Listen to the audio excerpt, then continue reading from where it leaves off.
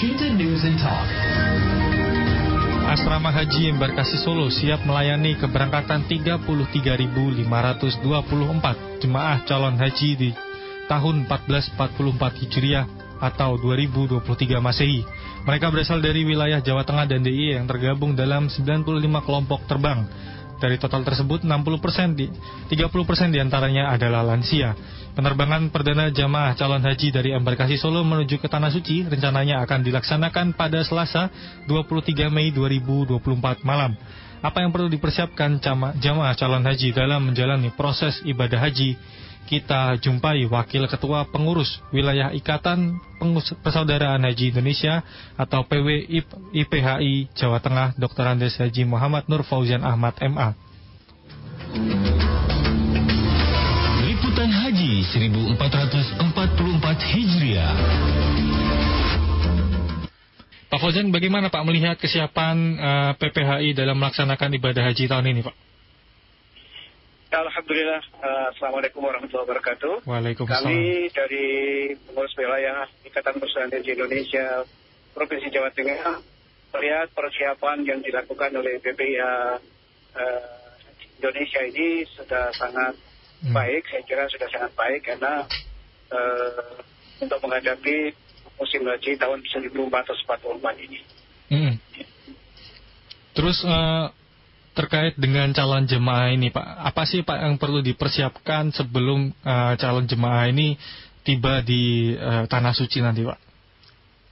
Ya, yang pertama saya harap para jamaah ini memperdalam manasik dengan sebaik-baiknya.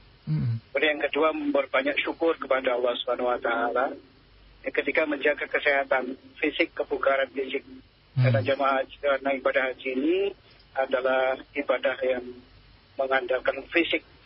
Karena itu, terutama bagi jamaah yang akan berangkat kloter-kloter awal ini, yang biasanya akan ada acara-acara, apakah itu syukuran, apakah itu dan juga pasti juga handai taulandu pada datang, itu saya kira mengadakan syukurannya itu jauh-jauh sebelum berangkat, supaya kebugaran, pikiran juga ini tidak terpecah begitu.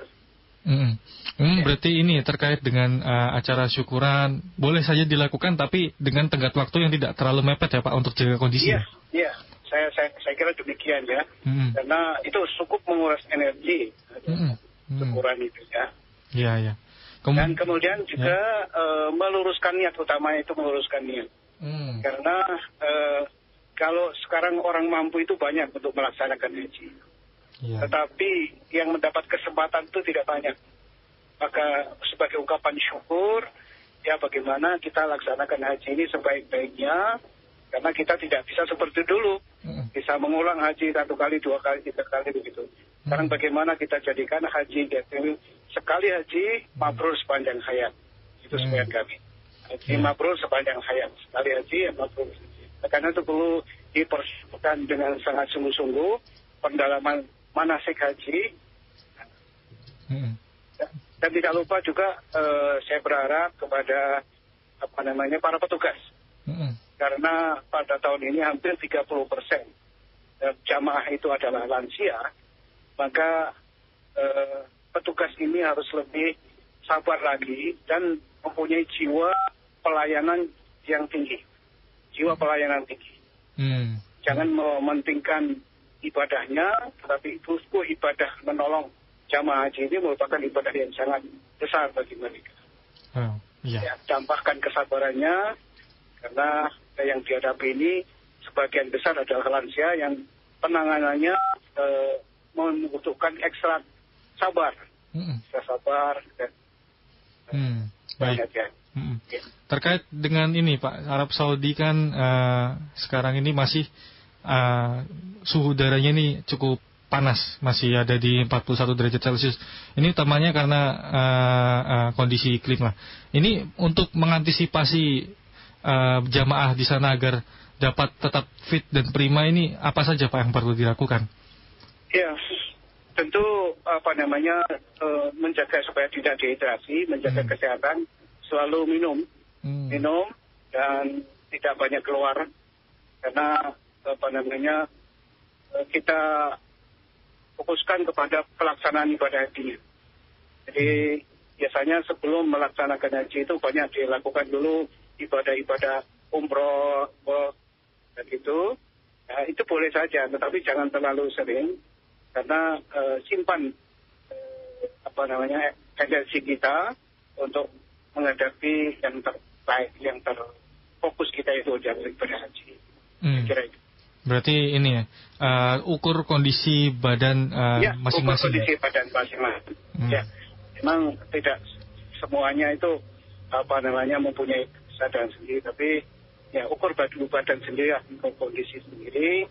Jangan hanya karena mengejar sesuatu yang sunnah, yang wajibnya malah ketinggalan.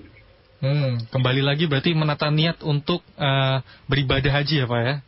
Iya, menata niat tuh. Karena ayat-ayat ibadah haji itu selalu diawali dengan lillah. Walillahi 'alan nasi hijjul baiti wa atimul hajja wa umrata.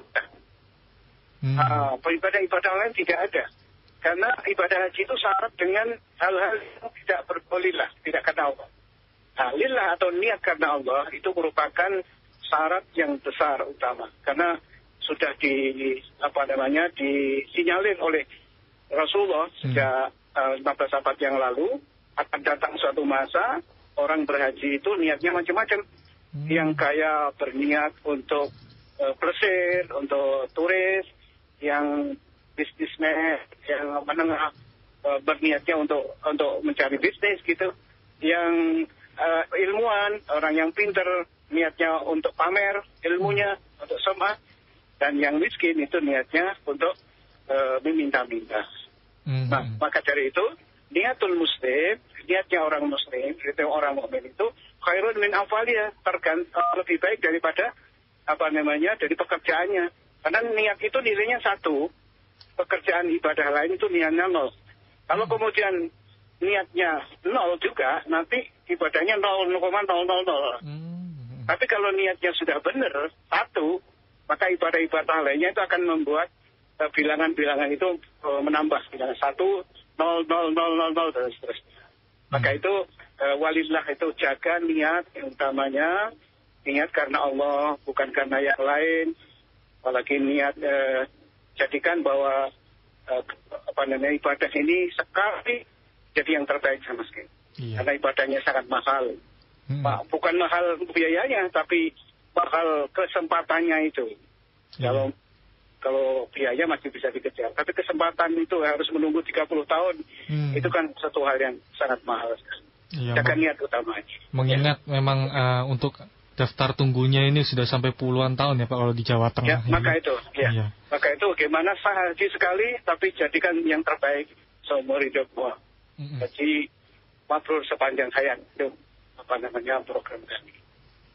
Ini saya ajak pendengar juga untuk bergabung. Ini pendengar dapat menelpon kami terkait dengan diskusi ini di 0247648910 dan juga di WhatsApp dan juga SMS di 087721109100 dan juga dapat berkomentar melalui Twitter dan Instagram di @elsinta_Semarang. Ini sudah ada satu pendengar yang membawakan pesan masuk. Ini saya bacakan, nanti silakan ditanggapi ya Pak Fauzan. Ini ada terkait dengan dari Pak Toto di Gunung Pati. Bertanya Pak narasumber, bagaimana sebenarnya sikap kita terkait tradisi walimatus safar bagi yang akan haji? Karena ada juga ini seorang janda yang mau haji tapi bingung biaya walimatus safar. Di sisi lain dia nggak enak sama tetangga. Kemudian ada juga, ini ada dari Pak Zainuddin di Semarang. Bagaimana tipsnya biar kita nggak antri lama dalam berhaji? Ini bisa ditanggapi Pak Fauzan, silakan. Betul. Untuk Pak Toto, bagaimana sikap kita walimatus safar? Walimatus safar itu sebagai bentuk tahadus nikmah, kesyukuran kita atas nikmat yang Allah berikan kepada kita. Dia jangan sampai niatnya keliru untuk pamer. Awalnya utamanya walimatus safar itu untuk pamitan dan meminta maaf, karena kita tidak tahu pamitan ini memang sangat dianjurkan di dalam Islam. Sebelum kita berangkat, pamitan, membuat wasiat gitu, karena kita tidak tahu bagaimana perjalanan kita nanti. Wasiat kepada tetangga separuh, kepada keluarga kita supaya begini-begini. Kemudian utamanya adalah minta maaf. Minta maaf. Doa matlubun mustajab. Doanya orang yang dizalimi itu mustajab. Karena kita tadi misterius, perjalanan kita itu misterius. Entah kita kembali atau tidak. Makanya kalimatus safar itu hanya sekedar itu. Jadi jangan sampai kalimatus safar diada-adakan, tapi yang berat-berat begitu, ada yang sampai besar-besar menghabiskan energi. Jangan sampai semacam itu. Yang sederhana saja. Utamanya itu mohon doa. Karena kita ini kan sedang akan melakukan satu pekerjaan besar. Pamitan sekaligus mohon doa. Jadi tidak perlu ada yang besar-besar, mungkin sekedar pengajian kecil atau mengundang tetangga diri atau ngirimi makanan begitu, saya kira cukup. Sederhana saja ya Pak? Ya, sederhana. Kalau memang tidak ada, tidak apa-apa. Saya kira orang bisa maklum. Ya. Kemudian untuk yang Pak Zainuddin, bagaimana strategi kita untuk supaya cepat haji? Ada dua pilihan. Mau yang biasa ya 30 tahun, atau mau tengah-tengah, daftarlah segera di BPA Plus, kira-kira 7-8 tahun. Tapi kalau memang mau cepat, hari ini juga berangkat, ya honorego honorupo, itu namanya mujamalah, yaitu haji furoda. Harganya sekitar 300 tahun. Begitu. Iya. Kalau yang kita mendaftar di luar provinsi bisa apa enggak sih Pak sebenarnya Pak? Dilihat provinsi yang mungkin antriannya lebih pendek begitu. Ya, kalau itu sudah menyangkut regulasi ya Pak. Apakah kita boleh mendaftar pakai KTP yang lain? Kayaknya ini sudah masuk ranah regulasi Kemenak gitu. Kami dari Ormas, kami dari IPI nggak bisa matur gitu Pak. Berarti ini kembali lagi ke wewenang Kemenak ya. Kemudian wewenang Kemenak pemerintah ini. Terkait dengan pelaksanaan ibadah haji di sana, nanti para jamaah ini ada baiknya nih apa yang harus dilakukan Pak? Ya, yang harus dilakukan yang pertama mengikuti arahan dari pembimbing. Arahan dari pembimbing. Jangan buku karpe dhewe. Jadi artinya misalnya pada pelaksanaan Jamarat misalnya, ada peluang-peluang mencari waktu yang afdal gitu. Sementara sudah ada pengumuman dari pemerintah Arab untuk jamaah Indonesia itu waktu-waktu yang sudah ditentukan. Ikuti saja. Dan begitu alur itu nanti enak. Kalau memang tidak mengikuti alur, biasanya akan jadi masalah. Jadi ikuti arahan pembimbing, apa yang ditentukan juga oleh Ta'limatul Hajj yang diberikan oleh pemerintah Arab Saudi. Baik. Ya, intinya berarti untuk mengikuti aturan agar pelaksanaan ibadah haji dari calon jemaah ini dapat berjalan dengan lancar dan hajinya dapat mabrur gitu ya Pak ya? Ya. Baik, terima kasih Pak. Satu lagi yang terpenting, silakan. Melaksanakan haji itu kalau pelaksanaannya itu sendiri kan gampang sebetulnya. Tapi yang paling susah itu adalah bagaimana menjaganya setelah hajinya itu. Karena haji itu sendiri kan pelaksananya mudah sekali, cuma jalan-jalan, lari-lari, melempar batu. Tapi harus dipahami filosofi. Kalau tidak memahami filosofi haji, nanti dianggapnya haji itu seperti orang main-main. Ibadah haji itu penuh dengan filosofi. Yang itu sangat banyak hikmah-hikmah yang bisa kita ambil, yang akan berguna pada waktu kita setelah haji. Makanya itu setelah haji itu yang terpenting, bagaimana kita menjaga kemabruran. Karena mabrur itu tidak cuma pada saat pelaksanaan, tapi bagaimana sesudahnya. Dan karena itu kami berharap setelah para jamaah haji itu kembali ke tanah air, bisa menjaga kemabrurannya dengan bergabung dengan ikatan perusahaan haji sempat di daerah masing-masing. Karena untuk hanya sekedar jalan tidak apa, tapi bagaimana pertanggungjawaban kita ketika kita di depan Ka'bah, Allahumma imanan bika wa tasdiqan bi kitabika wa wafa'an, ketika kita berjanji di hadapan Allah menjadi orang baik. Nah itu jangan kemudian mengingkari janjinya. Baik. Tentunya yaitu adalah bagaimana kita sama-sama afsus salam, menjaga kedamaian. Kehadiran jamaah haji di lingkungannya dimanapun dia berada harus menjadi aman, tidak menyebarkan teror, menyebabkan orang menjadi takut dan sebagainya. Baik, Pak Fauzan. Kemudian yang kedua, Tatimu To'am itu ada kepedulian sosial. Ya, tidak hanya sekedar soleh secara pribadi, tapi bagaimana perwujudannya kepada soleh sosial. Saya kira gitu. Baik. Baik, terima kasih Pak Fauzan atas informasi dan juga pencerahannya ya Pak ya. Selamat siang dan juga selamat beraktivitas kembali Pak Fauzan. Demikian pendengar, Wakil Ketua Pengurus Wilayah Ikatan Persaudaraan Haji Indonesia atau PWIPHI Jawa Tengah, Dr. Andes Haji Muhammad Nur Fauzan Ahmad MA. Elshinta News and Talk.